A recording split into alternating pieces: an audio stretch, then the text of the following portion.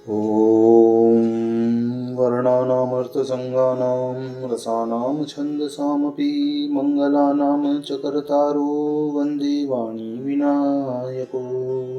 नारायणं नमस्कृत्य नरं चैव नरोत्तमं देवीं सरस्वतीं व्यासं ततो जयमुदीरयेत्। गुरुर्ब्रह्मा गुरुर्विष्णु गुरुर्देवो महेश्वर गुरुर्साक्षात् परब्रह्म तस्मै श्रीगुरुवे नमः। अखण्डमण्डलाकारं व्याप्तं येन चराचरं तत्पददर्शितं येन तस्मै श्रीगुरुवे नमः। बोलिए सियावर रामचंद्र भगवान की जय, राधावर कृष्ण कन्हैया लाल भगवान की जय, उमा महेश्वर भगवान की जय, गायत्री ब्रह्मदेव भगवान की जय, माता पिता गुरुदेव की जय, सदगुरुदेव भगवान की जय, समस्त संतगण भगवान की जय, समस्त भक्तगण भगवान की जय, समस्त देवी देवता गण भगवान की जय। ओम नमः पार्वती पतये हर हर महादेव। तो मित्रों और आप सभी श्री मार्कंडेय पुराण की श्रेष्ठ रसिक जन श्रोतागण, अब तक हमने श्री मार्कंडेय पुराण के 7 अध्याय तक की कथा को नियमित रूप से क्रमबद्ध रूप से श्रवण किया है, कीर्तन किया है, मनन किया है, भजन किया है। अब हम उसी क्रम में श्री मार्कंडेय पुराण के 8वें अध्याय की ओर कथा को अग्रसर करते हैं, जिसमें पापों के अनुसार भिन्न भिन्न योनियों की प्राप्ति तथा जनक वंश में जन्मे विपश्चित के पुण्यदान के पापियों का जो उद्धार होता है उसका पूरा वर्णन आता है। आप सभी श्रेष्ठ श्रोतागण रसिक जन भगवान श्री राधा वल्लभ कृष्ण कन्हैया लाल के श्री चरणों में दृढ़ भक्ति रखते हुए कथा का श्रवण करें, कीर्तन करें, मनन करें, भजन करें। बोलिए श्री कृष्ण कन्हैया लाल भगवान की जय। तो कहते हैं, यमदूत कहता है कि हे राजन, पतित से दान लेने पर ब्राह्मण गधे की योनि में जाता है, पतित का यज्ञ करने वाला द्विज नरक से लौटने पर कीड़ा होता है, अपने गुरु के साथ छल करने पर उसे कुत्ते की योनि में जन्म लेना पड़ता है, तथा गुरु की पत्नी और उसके धन को मन ही मन लेने की इच्छा होने पर भी उसे निसंदेह यही दंड मिलता है। माता पिता की अपमान करने वाला मनुष्य उनके प्रति कटु वचन कहने से मेना की योनि में जन्म लेता है। भाई की स्त्री का अपमान करने वाला कबूतर होता है और उसे पीड़ा देने वाला मनुष्य कछुए की योनि में जन्म लेता है। जो मालिक का अन्न खाता है किंतु उसका अभिष्ट साधन नहीं करता, वह मोहाच्छन्न मनुष्य मरने के बाद वानर होता है। धरोहर हड़पने वाला मनुष्य नरक से लौटने पर कीड़ा होता है और दूसरों का दोष देखने वाला पुरुष नरक से निकलकर राक्षस होता है। विश्वासघाती मनुष्य को मछली की योनि में जन्म लेना पड़ता है। जो मनुष्य अज्ञानवश धान, जौ, तिल, उड़द, कुल्थी, सरसों, चना, मटर, कलमी, धान, मूंग, गेहूं, तीसी तथा दूसरे अनाजों की चोरी करता है, वह नेवले के समान बड़े मोह का चूहा होता है। पराई स्त्री के साथ संभोग करने से मनुष्य भयंकर भेड़िया होता है। उसके बाद क्रमशः कुत्ता, सियार, बगुला, गिद्ध, सांप तथा कोई की योनि में जन्म लेता है। जो खोटी बुद्धि वाला पापी मनुष्य अपने भाई की स्त्री के साथ बलात्कार करता है, वह नरक से लौटने पर कोयल होता है। जो पापी काम के अधीन होकर मित्र तथा राजा की पत्नी के साथ सहवास करता है, वह सुअर की योनि में जाता है। यज्ञ, दान और विवाह में विघ्न डालने वाला तथा कन्या का दोबारा दान करने वाला पुरुष कीड़ा होता है। जो देवता, पितर और ब्राह्मणों को दिए बिना ही अन्न भोजन कर लेता है, वह नरक से निकलने पर कौवा होता है। जो पिता के समान पूजनीय बड़े भाई का अपमान करता है, वह नरक से निकलने पर क्रोंच पक्षी की योनि में जन्म लेता है। ब्राह्मण की स्त्री के साथ सहवास करने वाला शूद्र भी कीड़े की योनि में जन्म लेता है। यदि उसने ब्राह्मण के गर्भ से संतान उत्पन्न कर दिया है तो वह काठ के भीतर रहने वाला कीड़ा होता है। उसके बाद क्रमशः सुअर, कृमि, विष्ठा का कीड़ा और चांडाल होता है। जो नीच मनुष्य अकृतज्ञ एवं कृतघ्न होता है वह नरक से निकलने पर कृमि, कीट, पतंग, बिच्छू, मछली, कौवा, कछुआ और चांडाल हो जाता है। शस्त्रहीन पुरुष की हत्या करने वाला मनुष्य गधा होता है। स्त्री और बालकों की हत्या करने वाले का कीड़े की योनि में जन्म होता है। भोजन की चोरी करने से मक्खी की योनि में जाना पड़ता है। उसमें भी जो भोजन के विशेष भेद करते हैं उन्हें चुराने के पृथक पृथक फल सुनिए। साधारण अन्न चुराने वाला मनुष्य नरक से छूटने पर बिल्ली की योनि में जन्म लेता है। तिल चूर्ण मिश्रित अन्न का अपहरण करने से मनुष्य को चूहे की योनि में जाना पड़ता है। घी चुराने वाला नेवला होता है। नमक की चोरी करने पर जलकाग की और दही चुराने पर कीड़े की योनि में जन्म होता है। दूध की चोरी करने से बगुले की योनि मिलती है। जो तेल चुराता है वह तेल पीने वाला कीड़ा होता है। मधु चुराने वाला मनुष्य डांस और पुआ चुराने वाला चींटी होता है। भविष्यान की चोरी करने वाला बिसतुइया होता है। लोहा चुराने वाला पापात्मा कुआ होता है। कांसे का अपहरण करने से हरित हरियल पक्षी की योनि में जाना पड़ता है और चांदी के बर्तन चुराने से कबूतर होना पड़ता है। स्वर्ण का पात्र चुराने वाला मनुष्य कीड़े की योनि में जन्म लेता है। रेशमी वस्त्र की चोरी करने पर चकवे की योनि मिलती है तथा रेशम का कीड़ा भी होना पड़ता है। हरिण के रोए से बना हुआ वस्त्र, महीन वस्त्र, भेड़ और बकरी के रोए से बना हुआ वस्त्र तथा पाटंबर चुराने पर तोते की योनि मिलती है। रुई का बना हुआ वस्त्र चुराने से क्रोंच और अग्नि के अपहरण से बगुला अथवा गधा होना पड़ता है। अंगराग और पत्तियों का साग चुराने वाला मोर होता है। लाल वस्त्र की चोरी करने वाले को चकवे की योनि मिलती है। उत्तम सुगंध युक्त पदार्थों की चोरी करने पर छछूंदर और वस्त्र का अपहरण करने पर खरगोश की योनि में जाना पड़ता है। फल चुराने वाला नपुंसक और काष्ठ की चोरी करने वाला धूम होता है। फूल चुराने वाला दरिद्र और वाहन का अपहरण करने वाला पंगु होता है। साग चुराने वाला हारित और पानी की चोरी करने वाला पपीहा होता है। जो भूमि का अपहरण करता है वह अत्यंत भयंकर रोरो आदि नरकों में जाकर वहां से लौटने के बाद क्रमशः तृण, जाड़ी, लता, बेल और बांस का वृक्ष होता है। फिर थोड़ा सा पाप शेष रहने पर वह मनुष्य की योनि में आता है।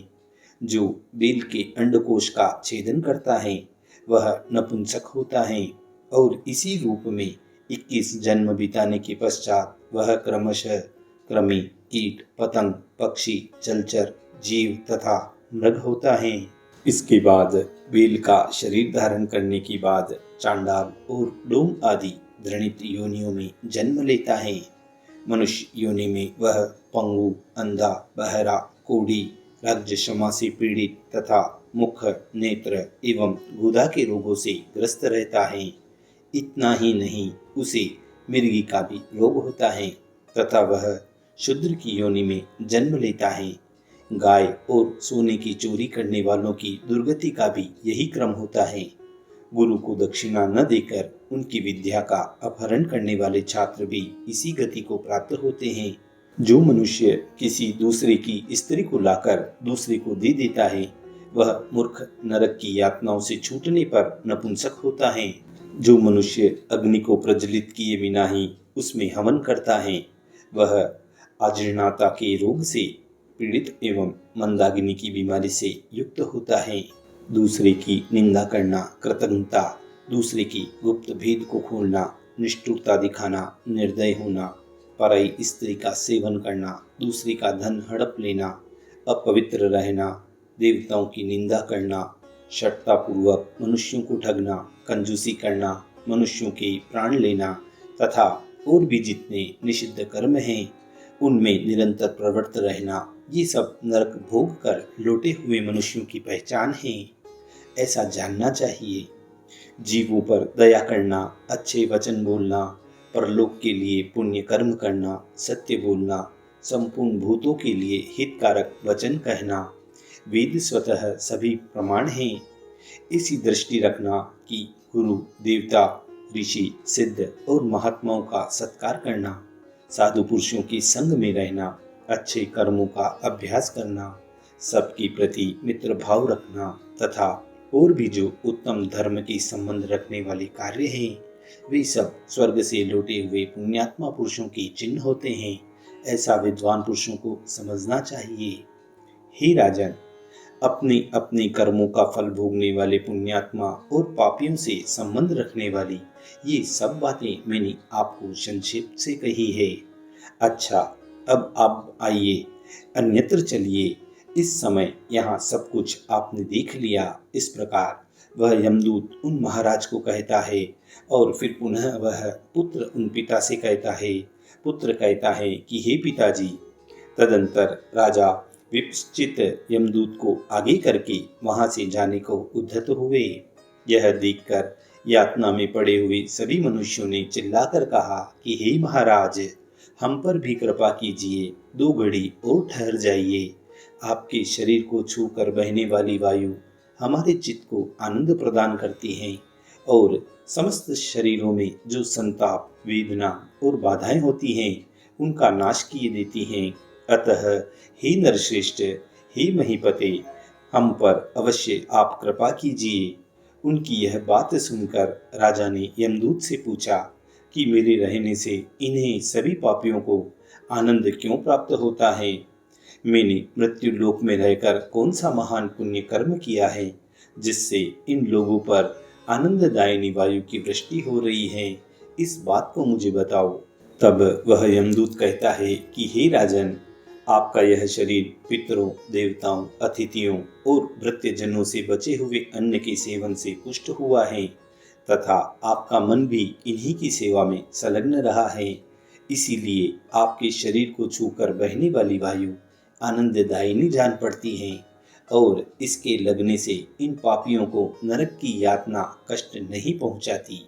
आपने अश्वमेध आदि यज्ञों का विधि पूर्वक अनुष्ठान किया है, अतः आपके दर्शन से यमलोक के यंत्र, शस्त्र, अग्नि और कौवे आदि पक्षी जो पीड़न, छेदन और जलन आदि महान दुख के कारण हैं, कोमल हो गए हैं। आपके तेज से इनका क्रूर स्वभाव दब गया है। तब वह राजा कहते हैं कि हे भद्रमुख, हे यम के दूत, मेरा तो ऐसा विचार है कि पीड़ित प्राणियों को दुख से मुक्त करके उन्हें शांति प्रदान करने से जो सुख मिलता है वह मनुष्यों को स्वर्गलोक अथवा ब्रह्मलोक में नहीं प्राप्त होता। यदि मेरे समीप रहने से इन दुखी जीवों को नरक यातना कष्ट नहीं पहुंचाती तो मैं सूखे काठ की तरह अचल होकर यहीं रहूंगा। तब यमदूत ने कहा कि हे राजन, हे महाराज, आइए अब यहाँ से चलें। आप पापियों की इन यातनाओं को यहीं छोड़कर अपने पुण्य से प्राप्त हुए दिव्य भोगों का उपयोग कीजिए।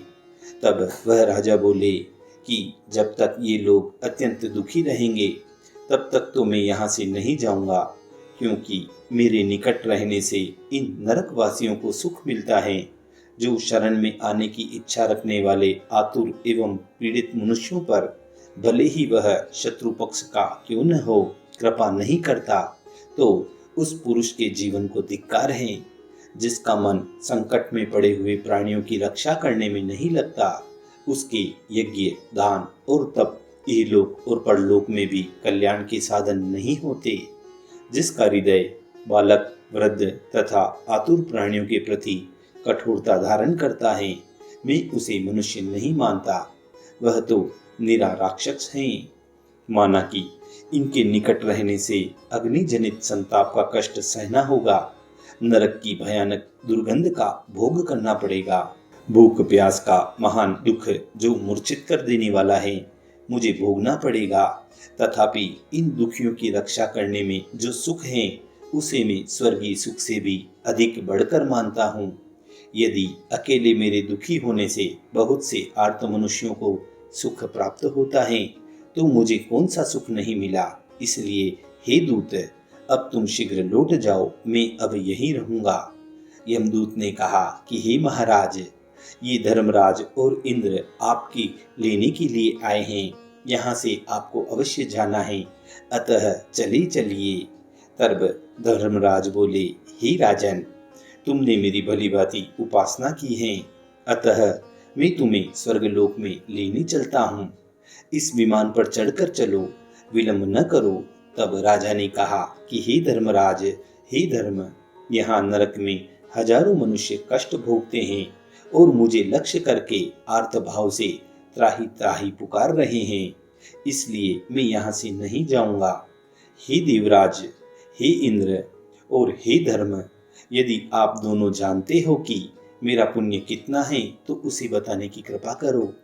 तब धर्म बोले, हे महाराज, जिस प्रकार समुद्र में जल बिंदु, आकाश के तारे, वर्षा की धाराएं, गंगा की बालुकाएं के कण तथा जल की बूंदे आदि असंख्य हैं, उसी प्रकार तुम्हारे पुण्य की भी कोई नियंत संख्या नहीं हो सकती। आज यहाँ इन नरक में पड़े हुए जीवों पर कृपा करने के लिए तुम्हारा पुण्य लाखों गुना बढ़ गया। हे नृपश्रेष्ठ, अपने इस पुण्य का फल भोगने के लिए अब देवलोक में चलो और ये पापी जीव भी नरक में रहकर अपने कर्मों का फल भोगेंगे। तब राजा ने कहा कि हे देवराजेंद्र, यदि मेरे समीप में आने पर भी इन दुखी जीवों को कोई ऊंचा पद नहीं प्राप्त हुआ तो मनुष्य मेरे संपर्क में रहने की अभिलाषा क्यों करेंगे। अतः मेरा जो कुछ भी पुण्य है उसके द्वारा ये यातनाओं में पड़े हुए पापी जीव नरक से छुटकारा पा जाएं। तब इंद्र बोले कि हे राजन, इस उदारता के कारण तुमने और भी ऊंचा स्थान प्राप्त कर लिया। देखो, ये पापी जीव भी नरक से मुक्त हो गए। तब वह पुत्र अपने पिता से कहता है कि तदंतर राजा विपश्चित के ऊपर फूलों की वर्षा होने लगी और स्वयं भगवान विष्णु उन्हें विमान में बिठाकर दिव्य धाम में ले गए। उस समय मैं तथा और भी जितने पापी जीव थे वे सब नरक यातना से छूटकर अपने अपने कर्म फल के अनुसार भिन्न भिन्न योनियों में चले गए। हे द्विज श्रेष्ठ, इस प्रकार मैंने इन नरकों का वर्णन किया। साथ ही पूर्व काल में मैंने जैसा अनुभव किया था उसके अनुसार जिस जिस पाप के कारण मुझे जिस जिस योनि में जाना है या मैं जाता हूँ वह सब भी बतला दिया। इस प्रकार वह पुत्र अपने पिता से पूरा वर्णन कर रहा है कि मैं जिन जिन योनियों में गया था, उन योनियों में जाने के बाद जब वह जनक वंश में जन्मे महाराज जब नरक में आए थे और उनके स्पर्श से, उनके पुण्यमयी स्पर्श से जो वायु चली थी जिससे हम सभी नरकवासियों को संतोष हुआ था और उन्हीं की कृपा से हम सभी उस नरक से मुक्त हो पाए थे और अन्य अन्य योनियों में हमने जन्म लिया था। इस प्रकार के वृत्तांत के साथ पुत्र पिता का संवाद चल रहा है और इसी के साथ मार्कंडेय पुराण के 8वें स्कंद 8म स्कंद की यहाँ पूर्णता व समाप्ति होती है। बोलिए श्री कृष्ण कन्हैया लाल भगवान की जय।